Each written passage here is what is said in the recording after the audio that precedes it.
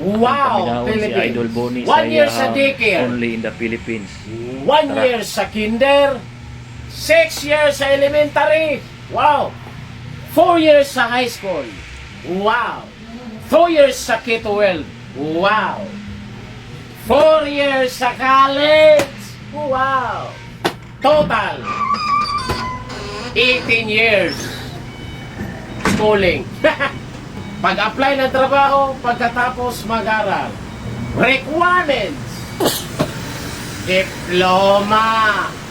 Hindi pa binigay. TOR. Hindi pa rin binigay kasi may utang sa school. Resume, biodata lang yung dala, hindi pa tanggap. Barangay clearance.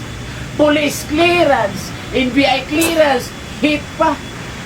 Birth certificate, hindi tumanggap ng local. Valid ID, nako, samot.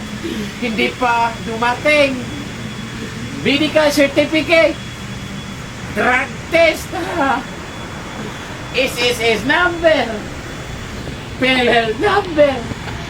Pag-ibig number. DIR number. Amipad number. With work experience. Kakagraduate pa nga lang with work experience. Tapos may pahabol pa. With pleasing personality. Naku, paano pagpangit ka. Hindi naman tayo Piolo Pascual. Sweldo. 435 minimum wage earner Cebu. Cebu Reta. South Korea. South Korea. Walang schooling. Pass lang ka sa exam. Kahit grade 1, kahit walang grado, basta maibasa mo yung exam, sahod mo 80,000 hanggang 150,000. Anong pipiliin mo? South Korea? Philippines?